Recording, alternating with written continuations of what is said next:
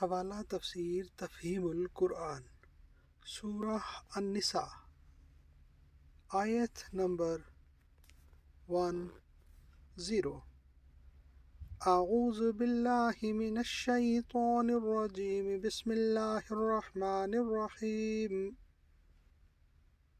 ان الذین یأکلون اموال الیتامی ظلما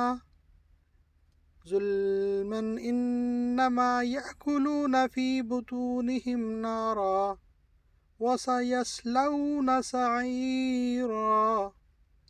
انا بے شک الذین جو لوگ یأکلون کھاتے ہیں اموالا مال یتاما یتیموں ظلمن ظلم سے، انما اس کے سوا کچھ نہیں یأکلون وہ بھر رہے ہیں فی میں بطونہم اپنے پیٹ نارا آگ، وسا یصلون اور ان قریب داخل ہوں گے سعیرا آگ یعنی دوزخ۔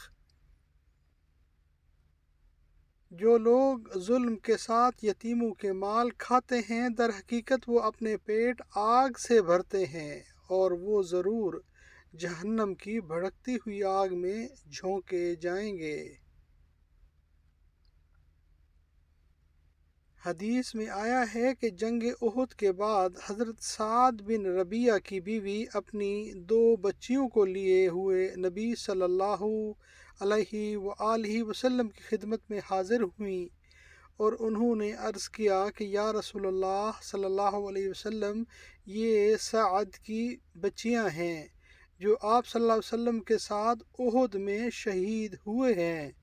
ان کے چچا نے پوری جائیداد پر قبضہ کر لیا ہے اور ان کے لیے ایک دانہ تک نہیں چھوڑا ہے، اب بھلا ان بچیوں سے کون نکاح کرے گا؟ اس پر یہ آیت نازل ہوئی۔ صدق اللہ العظیم۔ اللہم صلی وسلم علی نبینا محمد وآل محمد۔